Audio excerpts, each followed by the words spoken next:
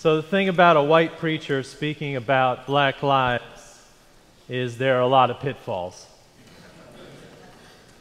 I could convince myself I understand fully the situation black members of our church and community are in. I could avoid the hard stuff, tell you it's all okay, make some soft-pedaled statements about the importance of racial justice.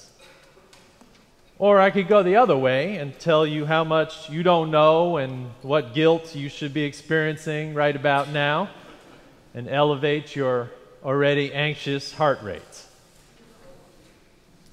I could also be so genuine in my own struggle with whiteness that I miss the fact that the people of color in this room need to hear a message today also. The truth is I'm going to stumble and make mistakes and show myself somewhat ignorant, and that's going to have to be okay. Part of learning and considering such weighty and important things in our lives, in our faith, is to do just that and to hope for some compassion and a little curiosity rather than guilt or more pain. So I want to first say to the people of color here today that I see you. When white folks in the church say to me, "We need more people of color in our church," I know they are forgetting that what we really need is to listen more, to understand more from you who are here, to see you. I want to also say that I am not here as an apologist for the Black Lives Matter movement or hashtag Black Lives Matter, a movement that has so much value in raising the awareness of the situation of black lives, especially with the continuation of history of violence waged on and against black bodies, but which as a movement has also made mistakes. We can debate that in another venue. I want to talk to the core issues first. I also have little room or time to be honest. Patience is lacking to describe why Black Lives Matter and why all lives is a co-opting of a slogan and is an affront to people whose lives haven't always mattered in this country. I don't have a lot of patience for that, so I'm not going to go into that. And I can't go into all the oppressions that have given us what we have here, how we are sitting on a piece of land that no one owned until white people came and claimed it, and how we have completely convinced ourselves that our history starts when the white people arrived in this place. The original people of this place still are alive. I know some of them, and they feel that they also have been disappeared. But I have just so many words to preach in this sermon today. So I want to talk about awakening. Not Awakenings, that Penny Marshall movie from the 90s.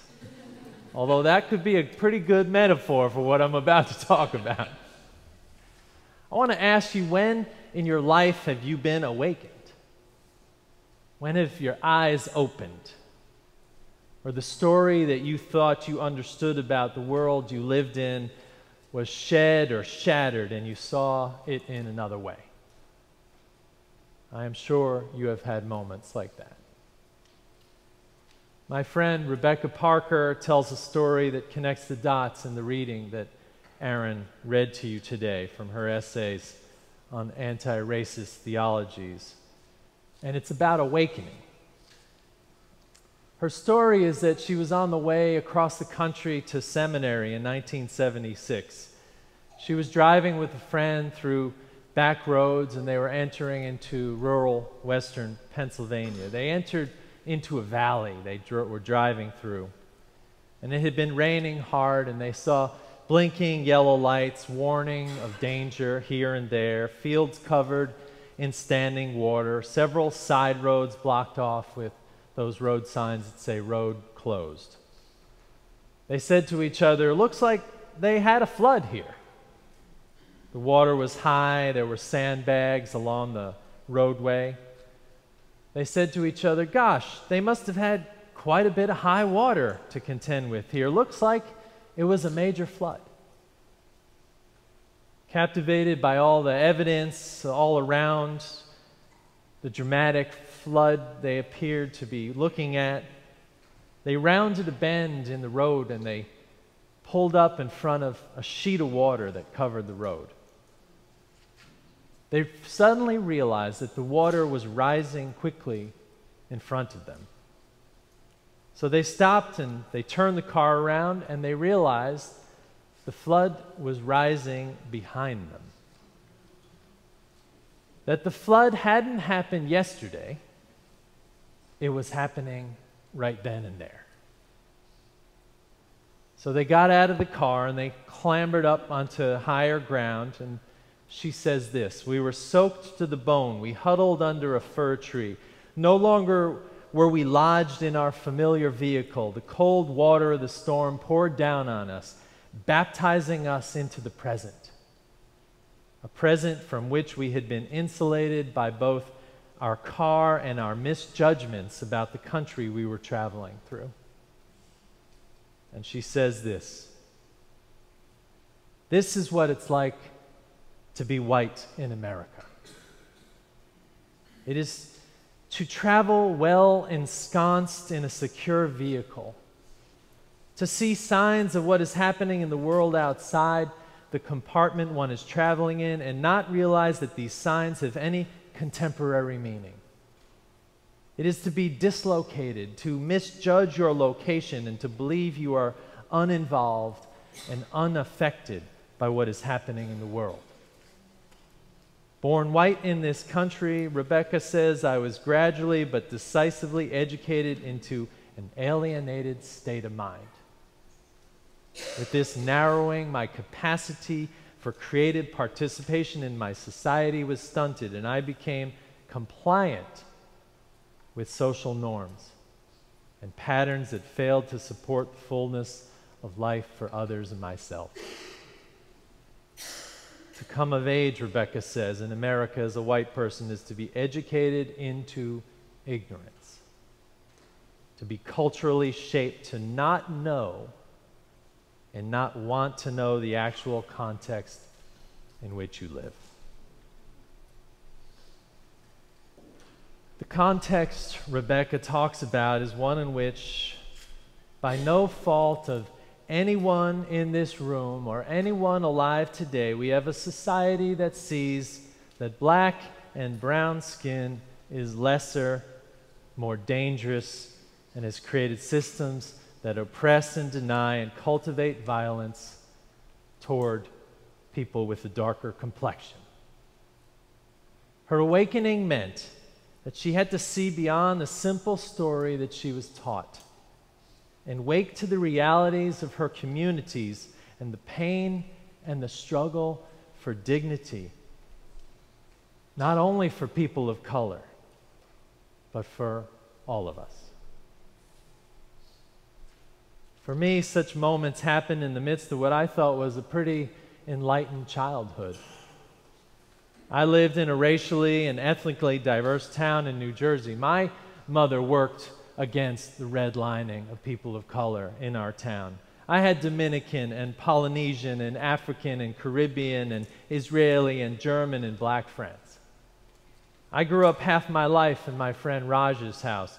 His great-grandparents had been slaves in South Carolina and Crow Indians. I ate in his house almost every day. I was like a son to his parents, a white son.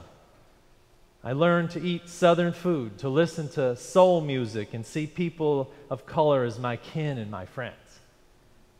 I could walk into Raj's house and no one would blink an eyelash. I loved that family and they loved me. But it didn't mean I could really see who they were. One day I was sitting in the front seat of Mr. Jackson's car. I was tall like this when I was a kid, so I sat in the front seat. I remember leaning against the door. We were on our way to or from baseball practice and I was singing really low. I was singing a little Beatles song. And Mr. Jackson started fiddling with the radio. He thought the Beatles were playing on the radio. And then he realized it was me. And in that hesitation, there was kind of a traffic jam on our main street in Teaneck, New Jersey. Honking and people yelling, and all of a sudden a van pulled up next to us and yelled at Mr. Jackson, "What is the matter with you, boy?" And I was confused, but I saw Mr. Jackson, probably about my age right now, enraged, open up his glove compartment really quickly and reach his hand in there. And what he pulled out was the sharp end of a can opener. And he went to open the door, and the van stopped in front of us, and something happened. Some words were thrown back and forth, but I saw Mr. Jackson put down the can opener and drive away. I was scared, but I was awake. I knew Mr. Jackson was not a boy. I knew that in some ways his anger at that racial slur was not relieved by driving away. I was relieved that he didn't have a gun in that glove compartment, to be honest.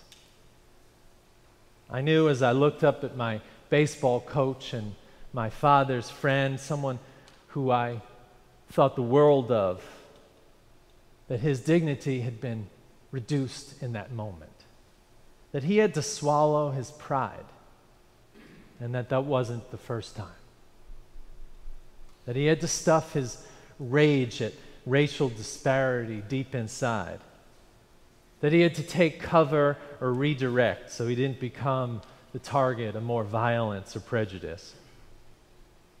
And it wasn't the first time. And it was all because of the color of his skin.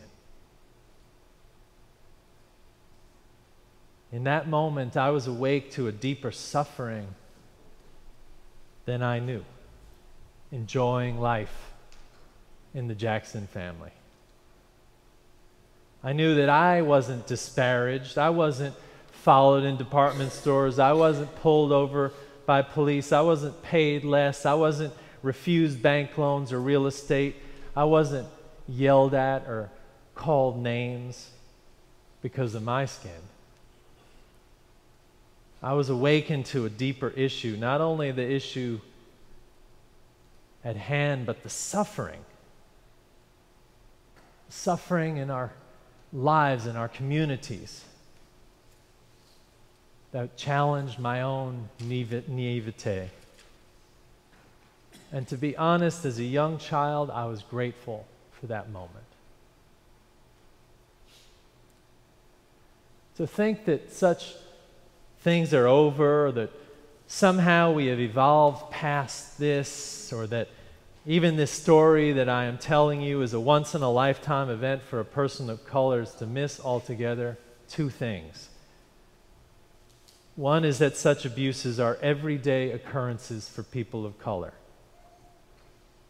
And they come in mean and awful ways, or subtle, even well-meaning ways.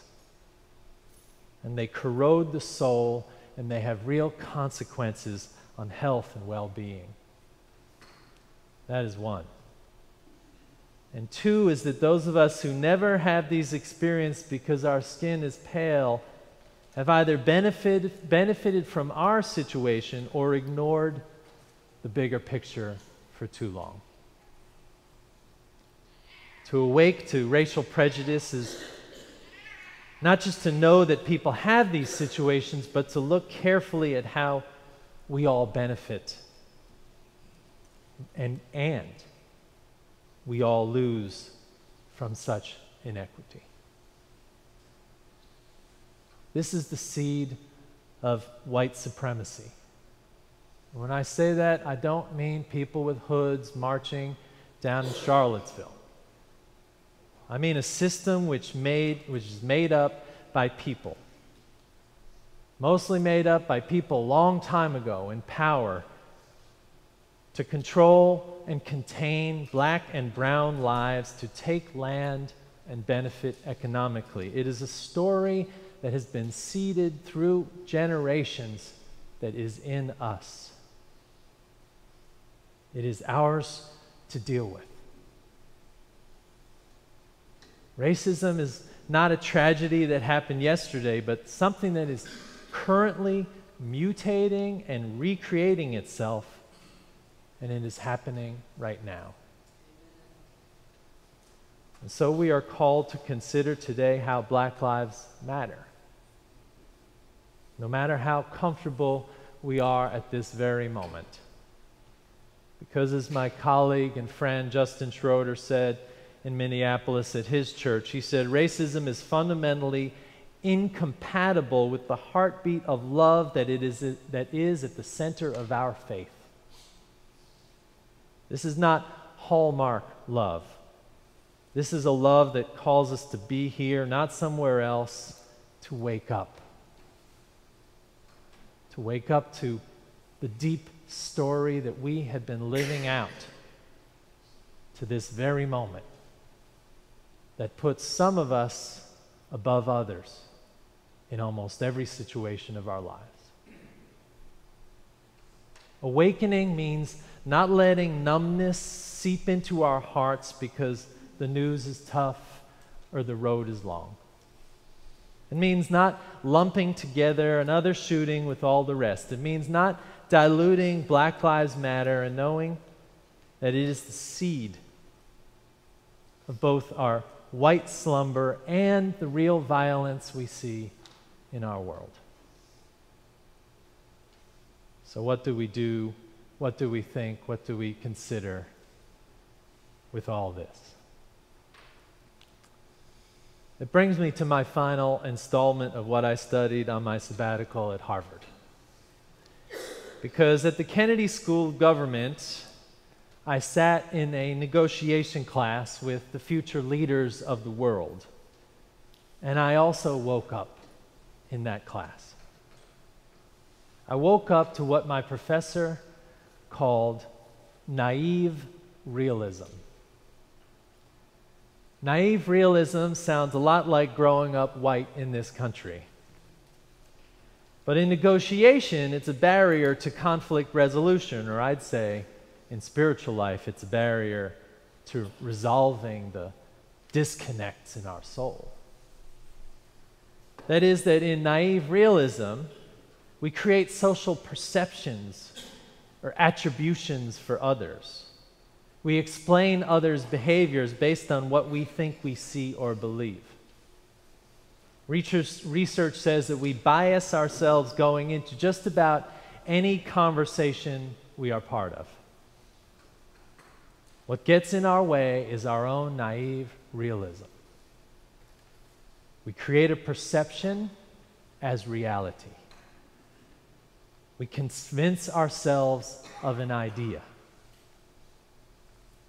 As I process all that's coming into my brain, I can't slow down enough to see it any differently than the way I want to see it.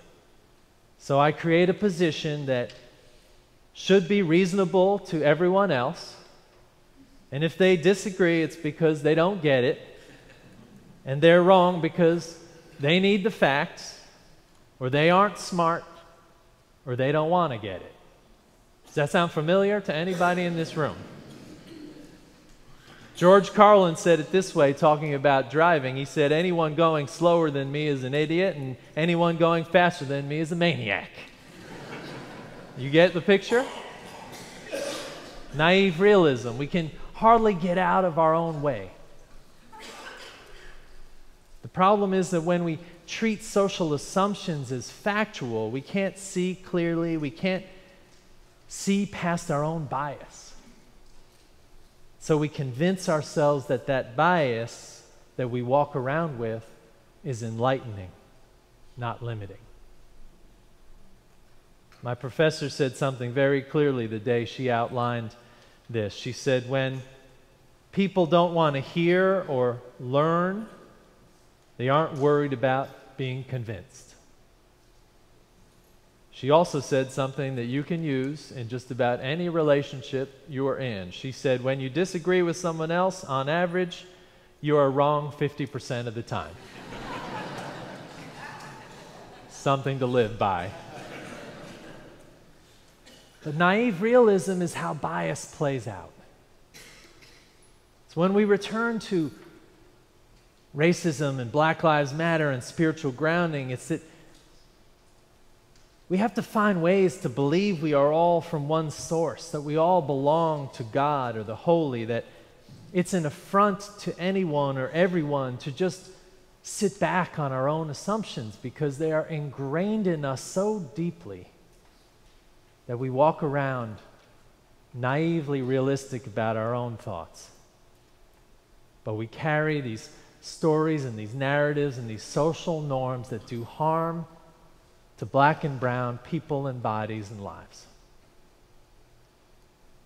We can't continue to ignore learning to open our minds, because then we commit the sin that has been committed over and over again, which is white supremacy. And now I'm talking to the white people in the room. The solutions. In negotiating, if you're buying something on Craigslist, or if you're trying to create world peace in Malta, is to use curiosity as a tool. Curiosity always confronts your bias. It always asks you to wake up, to change the repetitive story in your mind. So with bias, it's harder. The solutions are only to become in proximity without invading another's privacy, to learn from people whose experiences are different, but without demanding that they teach you the difference.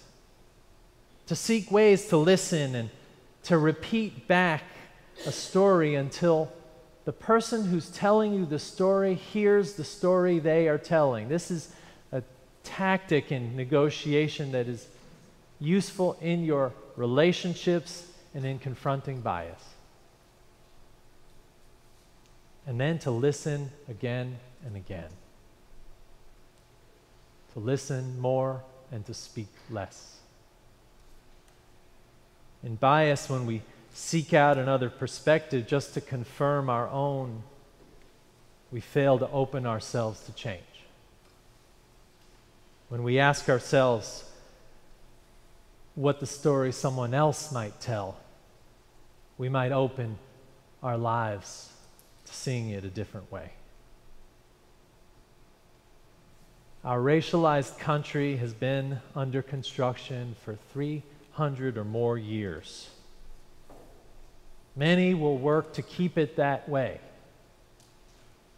But friends, our faith calls us to right this wrong, to sin no more, even though we feel we have never sinned directly. It calls us to confront how we are all harmed by remaining asleep or deliberately naive while others suffer.